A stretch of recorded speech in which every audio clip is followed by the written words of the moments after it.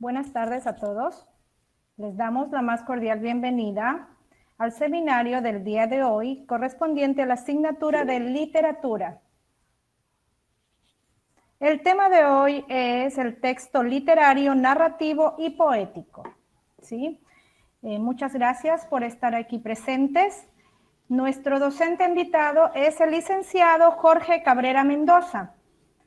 Él es licenciado en Ciencias de la Educación, mención Lengua y Literatura.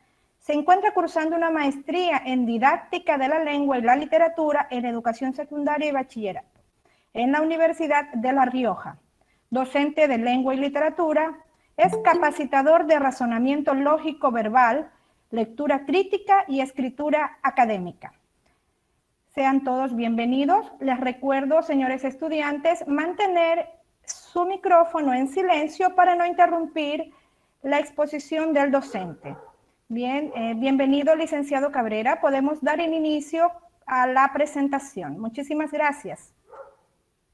Muy amable, ingeniera. Buenas tardes, jóvenes. Ya. Quiero iniciar, chicos, con dos premisas interesantes. Una que todos ustedes conocen, que viene desde el mundo griego, la misma que dice, solo sé que nada sé. ¿Sí? Nadie nace sabiendo ni muere sabiendo todo. Y la otra, pues, chicos, de un educador ecuatoriano, un catedrático, Emilio Uzcategui, que decía, a lo difícil, hazlo fácil. Y para entender la literatura, para hacerla más fácil, chicos, pues la vamos a compartir con ustedes haciendo uso del chat. Entonces yo te invito a que le hagas dinámica a esta charla y como el día de ayer con algunos de ustedes dialogaba, yo no he venido a enseñarles nada, sino más bien a aprender con usted y a demostrarles un día más que usted sí sabe. Para iniciar, chicos, yo solicito que me ayuden, que me indiquen cuál es la edad del filósofo o cuál es esa edad temprana cuando inician a filosofar. ¿Quién me ayuda? ¿En qué edad empiezan a filosofar? ¿No recuerdan? A los 12 años, me dice Yandri. Un poquito antes sería, digo yo. A los 2 años, me dice Dayana. Desde los 2, correcto, ¿no es cierto? Desde los 2, de los 3, desde que puedes hablar. Mamita, ¿por qué esto? ¿Y por qué lo otro? ¿Y qué es esto? Precisamente, ese elemento de indagar, pues yo les invito, chicos, a que el día de hoy lo descifremos y lo empleemos, pues, al 100%. Permítanme compartir.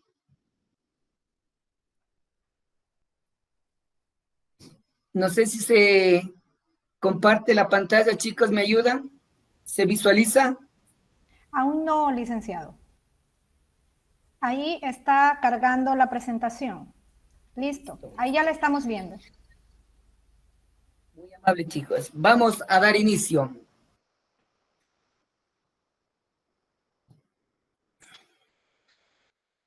El texto literario, narrativo y poético, chicos. Para partir y entender los textos tenemos que partir de dos tipos de lectura, lo que es denotación y que es connotación. Cuando hablamos de denotación, hablamos del significado literal o real de las palabras, como usted le entiende, ¿sí? Un ejemplo muy claro, pues, en los refranes, ¿no? Quien a lobo se une, aullar aprende. Si hablamos denotativamente, quiere decir que si yo me uno a un lobito, ¿qué debo hacer? Aullar. Pero connotativamente tiene una significación, ¿no es cierto?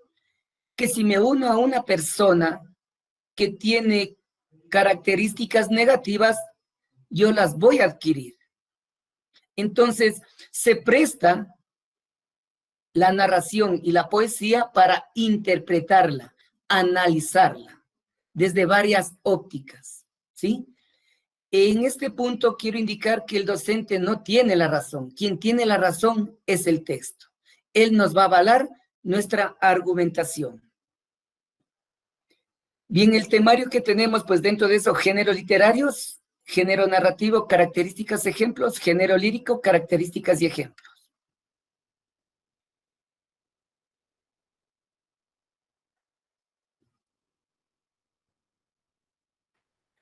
Antes de iniciar, chicos, quiero hacer hincapié muy breve sobre el concepto de ficción.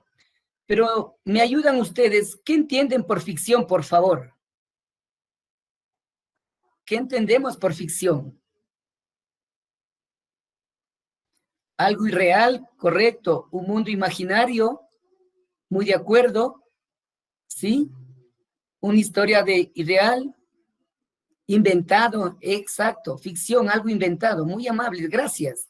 Algo fingido, ¿sí? Esto podemos ver ese concepto en Dolores Veintimilla de Galito, cuando habla que el amor es una ficción, ¿no es cierto? Algo irreal. Y frente a eso, partir, pues, de Aristóteles con su concepto de la mímesis, ¿no es cierto? Que significa imitar la realidad como fin estético, y ahí está en vínculo directo con la ficción. Pero tenemos que tomar en cuenta dos tipos de ficción, una que es verosímil y otra que es inverosímil. ¿Cuál es aquella verosímil? En la que se cuenta un hecho, ¿sí? Ocurrido y que puede salir del mismo texto y se puede plasmar en la realidad. Un terremoto, oleadas migratorias, si hablamos de guerras, tenemos a Enrique sin destino, Ana Frank, La vida es bella. Si tenemos problemas de racismo, tenemos a Toni Morrison en Estados Unidos con sus obras.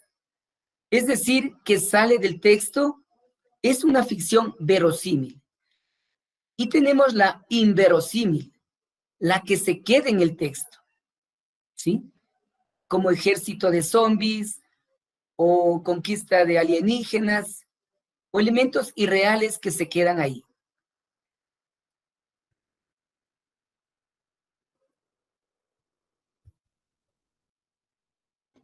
Ahora bien, chicos, vamos aquí. Usted me va a ayudar a definir qué es género. Por favor, ¿qué entendemos por género? Ojos azules de Toni Morrison, chévere. ¿Qué es género? ¿Qué entendemos cuando hablamos de género? Son términos cotidianos, ¿no es cierto? Hablamos de género, el género, un origen, ¿ya? Génesis, como que estamos por otro lado, una clasificación, correcto, muy bien. Entonces, miren, un conjunto. Hablamos de género cuando hablamos de un conjunto. Y si le asociamos el concepto literarios, viene de literatura. Entonces, serían características de qué elementos? De obras, ¿no es cierto? Entonces, el género literario se caracterizan por tener características afines, ¿sí? Características similares, las que las vamos a descifrar con ustedes, ¿sí?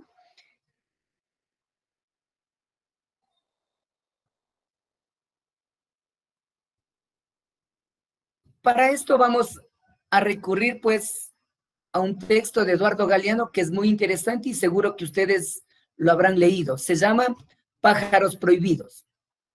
Los presos políticos uruguayos no pueden hablar sin permiso, silbar, sonreír, cantar, caminar rápido ni saludar a otro preso. Tampoco pueden dibujar ni recibir dibujos de mujeres embarazadas, parejas, mariposas, estrellas ni pájaros. Didasco Pérez, maestro de escuela torturado y preso por tener ideas ideológicas, recibe un domingo la visita de su hija Milay, de 5 años. La hija le trae un dibujo de pájaros. Los sensores se lo rompen en la entrada de la cárcel. El domingo siguiente, Milay le trae un dibujo de árboles. Los árboles no están prohibidos y el dibujo pasa.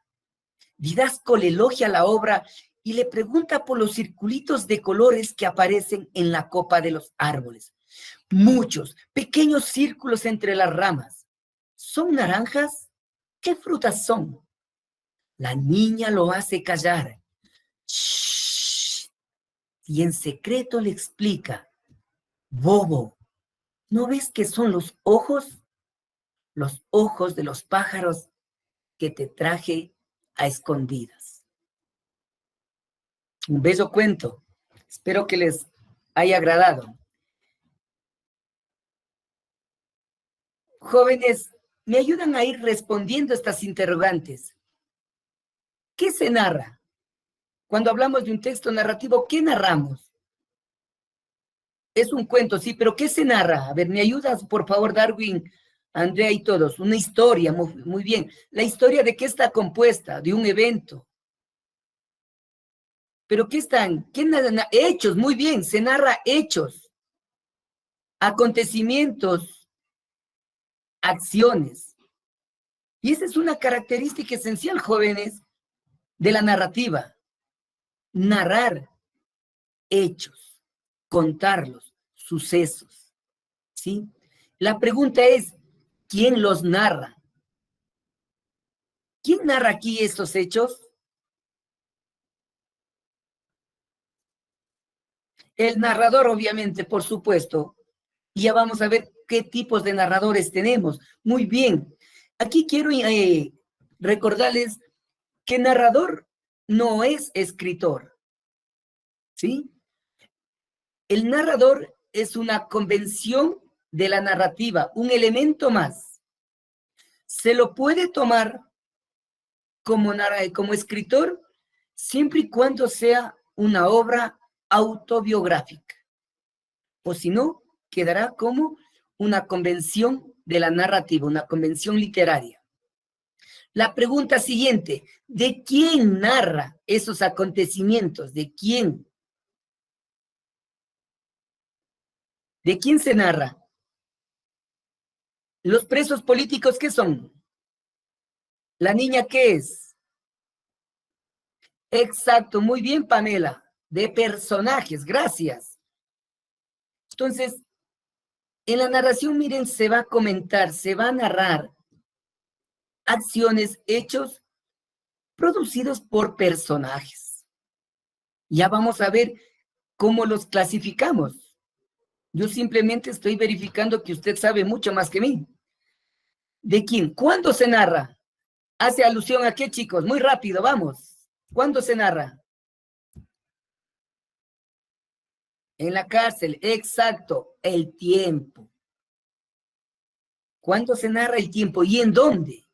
Hablamos de en el pasado, muy bien, correcto. Los verbos es de vital importancia. Un lugar. Exacto, gracias. Entonces, miren, chicos, cuando hablamos de narración, hablamos de un universo completo, ¿sí? Que antes le dominaban la narrativa, la denominaban épica. En la actualidad se denomina narrativa. Por lo general siempre está escrito en prosa, la épica en verso. Estamos hablando del cuento como un subgénero contemporáneo. Entonces, miren, chicos, tenemos aquí lo importante y a su vez, la estructura de toda obra siempre va a tener una introducción, un desarrollo y una conclusión. Como usted puede verificar, tenemos por colores, donde la primera parte, Eduardo Galeano nos da, si nos describe todo ese panorama, nos introduce, y es la introducción. Gracias, Yandri. Tenemos el desarrollo, ¿no es cierto? El nudo, ¿sí? Donde en cambio explica cómo es ese entorno. Llegando por el clímax hasta llegar a su conclusión. En la actualidad, tanto en novela como en cuento, chicos, vamos a encontrar esta estructura alterada, ¿sí? Donde la introducción no va a estar al inicio, la conclusión puede estar en la parte inicial. Un ejemplo de eso, tomemos el túnel de Ernesto Sábato, ¿sí? Él empieza desde el final, sí, yo la maté. Y empieza de una manera circular a comentar.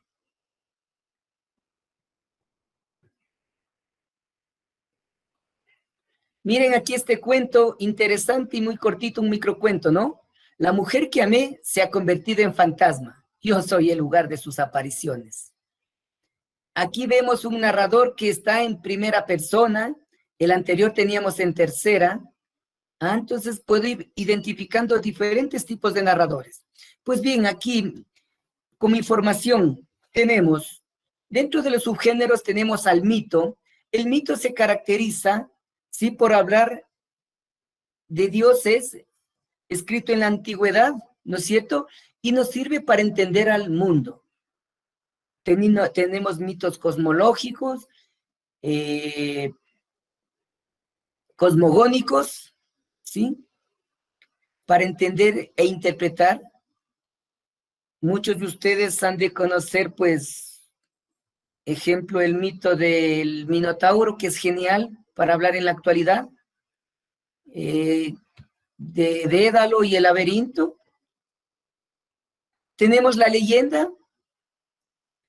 Miren cómo va cada quien tomando una característica esencial. En la leyenda, en cambio, se vincula la realidad con la fantasía. Si usted recuerda, pues, el gallo de la catedral, ¿no es cierto? Tenemos al gallo de la catedral, que es un elemento real, y el elemento fantástico, pues, el momento que le increpa a aquel personaje bohemio.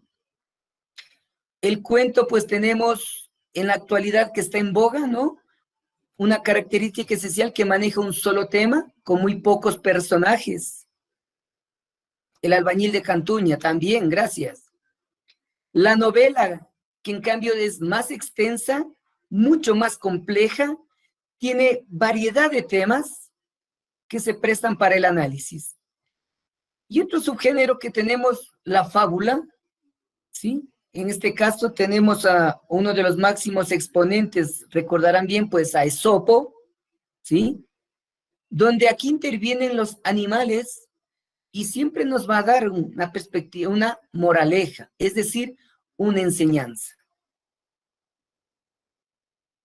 En relación a los elementos, lo que acabamos de descubrir con ustedes, chicos, el narrador, ¿quién cuenta? Tenemos dos tipos de narradores, un narrador externo o un narrador interno. El narrador externo, pues, está en tercera persona y puede ser omnisciente u observador. Omnisciente, domina todo, es un titiritero de la literatura. A él no se le escapa nada, domina el tiempo, domina los personajes, domina el espacio, sabe todo.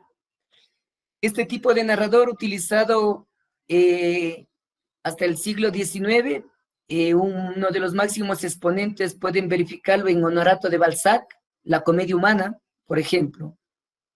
Tenemos un narrador observador, quien se limita a narrar lo que observa y simplemente va a describir aquello. No puede ingresar en el mundo subjetivo del personaje, lo que se hace el omnisciente. Tenemos un narrador en primera persona, que puede ser el protagonista, se lo identifica en novelas picarescas como en Lazarillo de Tormes, o un testigo, alguien que ve, alguien que está dentro de la acción, pero no es el personaje principal.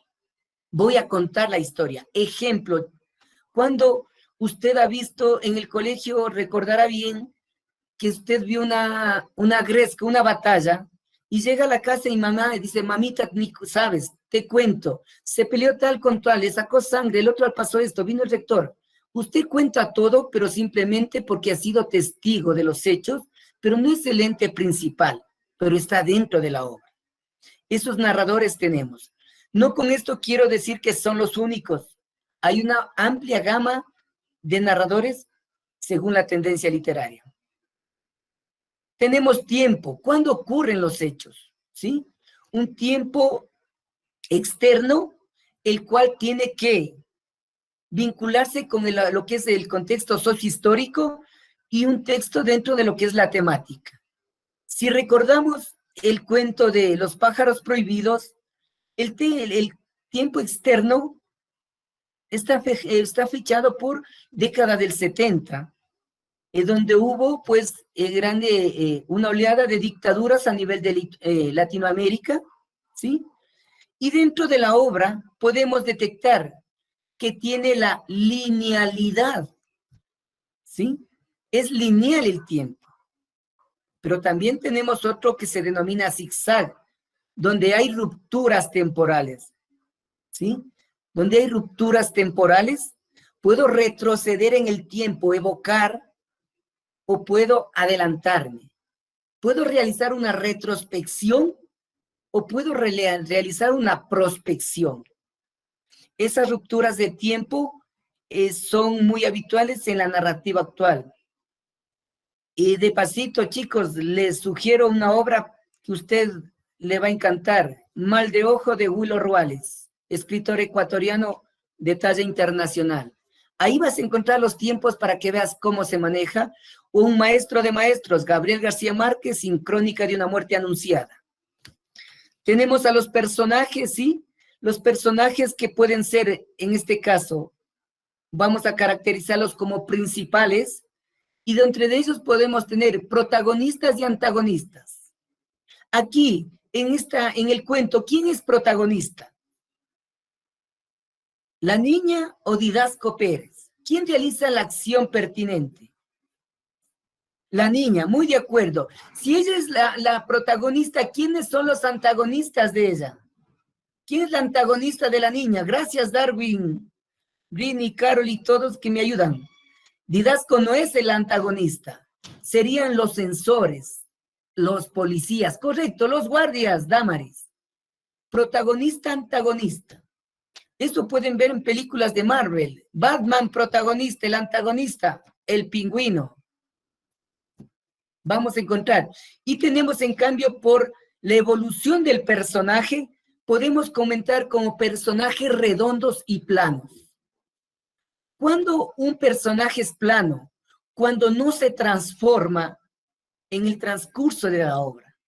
Y es redondo cuando modifica su accionar.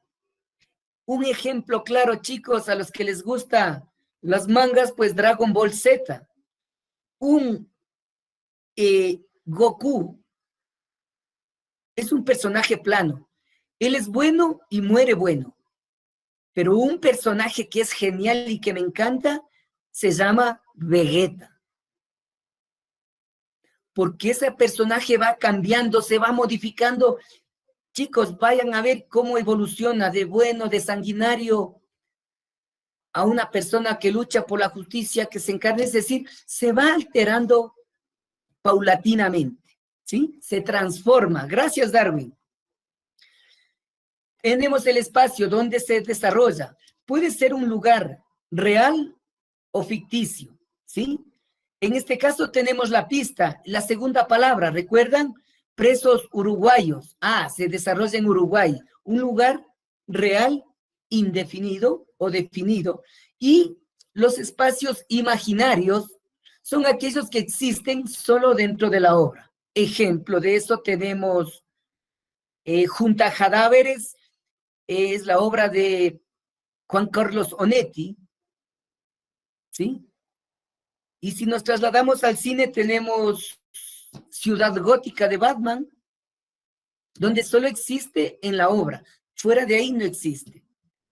Como dato curioso, chicos, Macondo, donde escribía Gabriel García Márquez su célebre obra 100 años de soledad, dejó de ser un espacio ficticio, ya que en la actualidad, pues, hay un pueblo denominado Macondo, ¿sí? Algo interesante. Y los acontecimientos, las acciones que se narran, lo que sucede, con el estilo del escritor que tiene. Bien, chicos, eso en relación a lo que es narrativa. Vamos con poesía, su caracterización y elementos. Vamos a ver 4 muy breve, por favor, y dice lo siguiente. Quejas, un fragmento de quejas de Dolores Ventimilla de Galindo. No es mío ya su amor que otra prefiere. Sus caricias son frías como el hielo, que amarle pude, delirante loca. No, mi altivez no sufre su maltrato, y si olvidar no alcanzas al ingrato, te arrancaré del pecho corazón. Quejas de Dolores Ventimilla de Galindo. Ahora vamos a una dama imaginaria de un poeta igual ecuatoriano, Juan Bautista Aguirre, época colonial. Qué linda cara que tienes, válgate Dios por muchacha linda, que si te miro me rindes y si me miras me matas. ¡Wow! Ahora nos trasladamos a Chile con Pablo Neruda y dice, cuando sonó la trompeta estuvo todo preparado en la tierra y Jehová repartió el mundo a Coca-Cola Inc., Anaconda, a Ford Motors y otras entidades. Bautizó de nuevo sus tierras como República Banana y sobre los muertos dormidos estableció la ópera bufa. Y vamos con el último, elegía la muerte de Atahualpa. Corazón de león cruel, manos de lobo voraz, como a indefenso cordero le acabasteis sin piedad. ¿Y por qué de sufrir? ¿Y por qué de llorar? Si solamente extranjeros en mi tierra habitan ya. Bella poesía, ¿no? Chicos, ahora quiero que me ayuden a responder ustedes, ¿sí? ¿Quién expresa esto? ¿Quién expresa, Damaris? ¿Quién expresa esa subjetividad?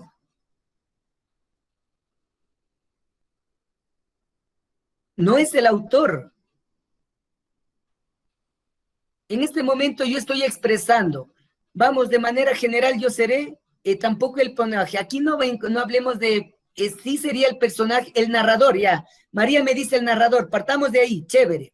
Recuerden, chicos, que las convenciones literarias, ¿sí? En este caso, narrador no es escritor. Aquí le vamos a cambiar de nombre y aquí se le denomina hablante, ¿sí? Y es un hablante lírico. ¿Por qué es lírico? Porque la poesía precisamente tiene esa característica esencial, subjetividad, exteriorización del yo poético. Esa es la característica medular de la poesía. Exteriorización, sacar ese sentimiento que se tiene. La pregunta es, ¿cómo lo expresa? ¿Cómo lo expresa? ¿Con qué sentimiento? Por favor, en quejas, miren, ayúdenme. En quejas, sus emociones, correcto. ¿Qué actitud tiene? ¿Qué temple tiene? En quejas, ¿cómo está? Con fervor, pero como que está desanimada, ¿no es cierto? No es mío, ya su amor, ¿qué otra prefiere? Sus caricias frías. Parece que está llorando, ¿no es cierto? Si vemos a dama imaginaria, ¿cuál es el temple? ¡Qué linda cara que tienes! Válgate Dios por muchacha linda. Con tristeza, correcto. Con desilusión, melancolía. En una dama imaginaria, en cambio, tenemos feliz. Mira cómo le canta a esa chica, ¿no es cierto? Y le dice con toda esa energía, esa vitalidad. En la Unit Fruit Company de Pablo Neruda, en cambio, vemos una solemnidad, ¿no es cierto? Una energía. Cuando sonó la trompeta, es decir, como un reclamo tenemos. Y si vemos en Elegía la muerte de Atahualpa, se siente el dolor, ese temple, ¿sí? Ese motivo lírico. ¿Por qué lo expreses la pregunta? ¿Sí? ¿Cuál es el motivo? En este caso, en quejas, ¿cuál es su motivo? El desamor. ¿Cuál es el motivo en Dama Imaginaria? Quizás sea el amor. En la Unit Fruit Company, ¿cuál es el motivo? ¿Qué le motiva a este hablante lírico a hablar así? Miren, chicos, aquí está presente todo, pero de manera oculta. Se encuentra entre líneas. La injusticia, la desigualdad social, ¿sí? Y en Elegía la muerte de Atahualpa, miren cómo el dolor en cada letra está presente, ¿sí? La inequidad, correcto, Darwin, chévere. el desentierro, el olvido, la miseria, la explotación en Unir Free Company. ¿Quién le obliga a expresarse de esa forma? ¿Qué objeto? ¿Cuál es el objeto en este caso? El objeto en quejas que le provoca ese dolor a este hablante lírico, ¿quién es? Expresar su dolor, claro, el desamor, ¿quién le provoca? Me les voy a ayudar un poquito. El desgraciado Galindo, ¿no es cierto? Por él escribe eso. A una dama imaginaria, ¿cuál es el objeto que le obliga, le motiva, le inspira a este hablante lírico? Ah, el amor. Una chica. En el Unir Free Company, miren, ella vio muy bien, gracias Luis, una mujer, ¿correcto? Conquistar la belleza. En Unir Free Company, miren cómo cambia el objeto. ¿Qué es lo que le obliga? ¿Cuál es el objeto que tiene ahí? La privatización, wow, bien. Y tenemos en Elegía la muerte de Atahualpa, miren el objeto. ¿Cuál será el objeto que le provoca eso? La llegada de los conquistadores, la rebeldía, el dolor de que su rey Atahualpa feneció. Muy bien, ese dolor de injusticia, de inequidad.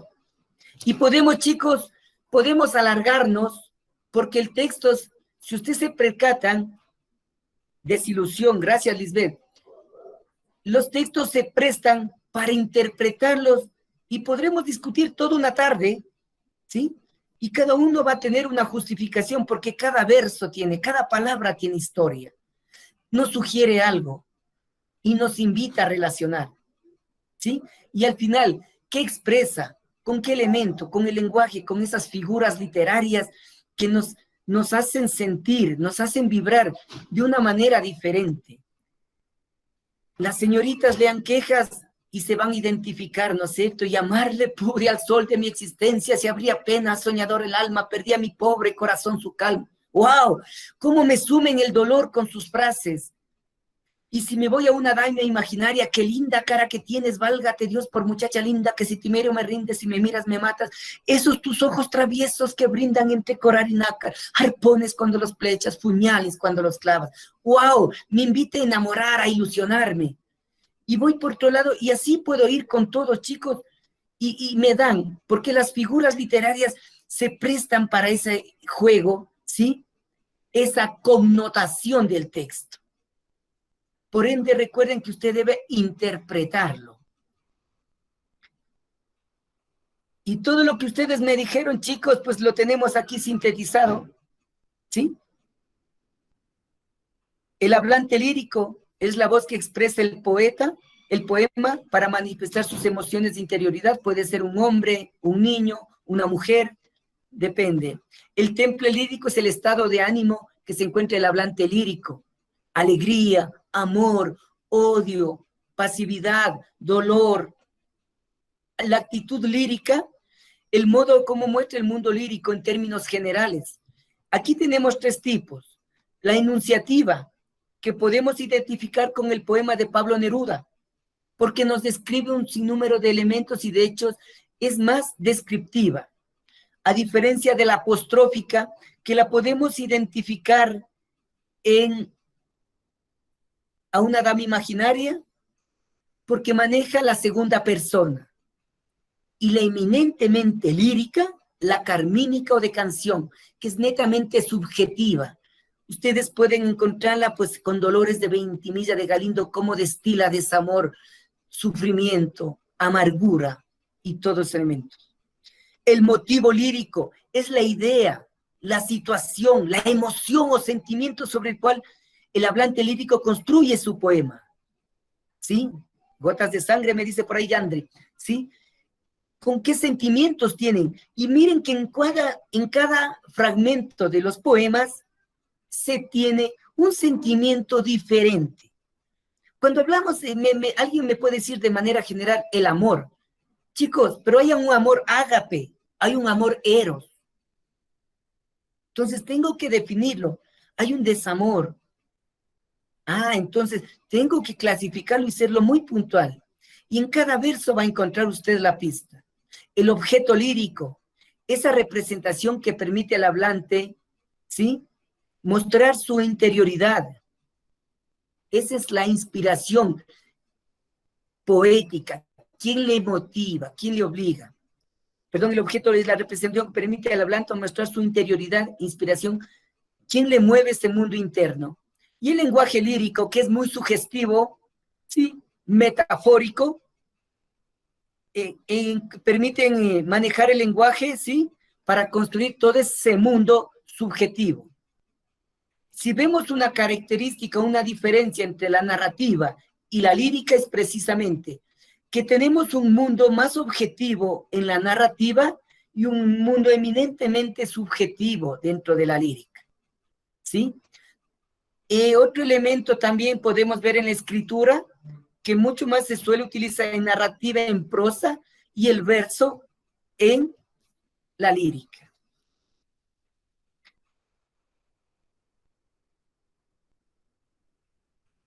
Y en los constituyentes de forma podemos detectar algo que usted lo domina y lo conoce, el verso, que es la unidad métrica mínima que corresponde a cada línea del poema. Cada línea es un verso, ¿sí? La sumatoria de versos, ¿qué nos da? Una estrofa, ¿sí? La estrofa, pues, puede ser desde 2 sílabas hasta de 16 sílabas, ¿sí? Y podemos encontrar una taxonomía de aquello. El ritmo es muy importante, porque es esa musicalidad del verso y por lo tanto del poema, ¿sí? Ahí hay que recalcar que todo buen poema se transforma en una bella melodía. Por cierto, el día de hoy es el día del pasillo ecuatoriano y ahí tenemos pues el alma en los labios, ¿no es cierto? El alma en los labios, que por cierto, ¿quién escribió ese? ¿Me ayudan a ver? Vamos a ver, ¿quién escribió de los poetas modernistas?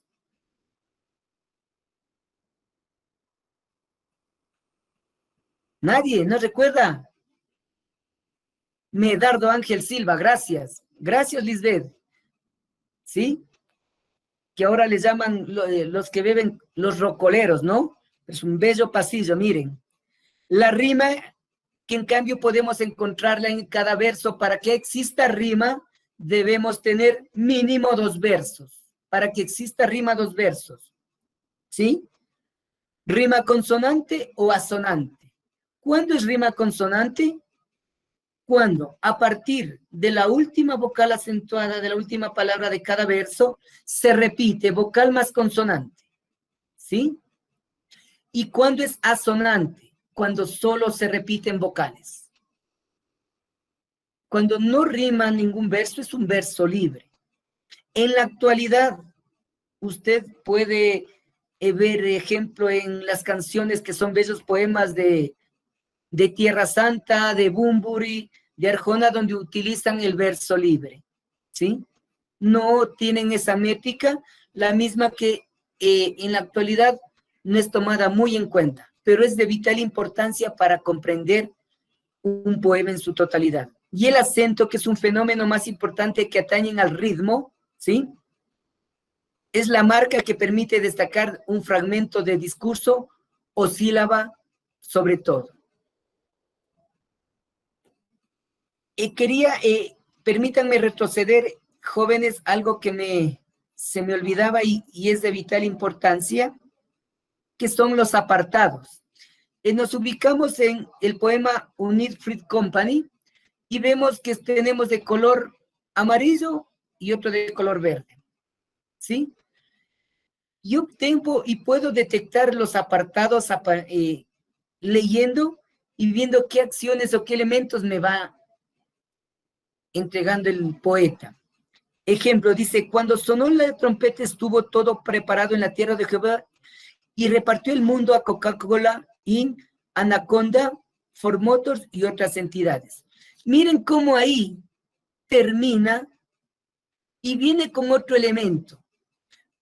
Muchos me hablaron de la privatización, me hablaron de desigualdad, inequidad social, Y en este caso, Pablo Neruda va tomando diferentes estamentos, diferentes elementos para machacar a ese eje temático.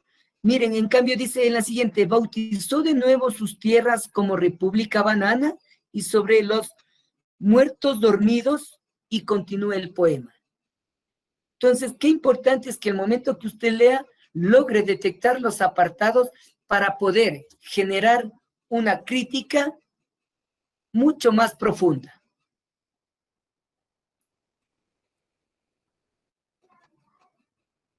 Jóvenes, pues, ha sido un gusto trabajar con ustedes. Si es que hay alguna inquietud, pues, presto para ayudarles y resolver, ¿sí? Si no, de mi parte, pues, agradezco su colaboración. El día de hoy yo no he dado la clase, más bien la dieron ustedes con ese aporte intelectual que fue muy importante. Y gracias, Milicen. Presto para responder alguna inquietud. Muchas gracias, licenciado. Señores estudiantes, ¿tienen alguna pregunta para el docente, por favor?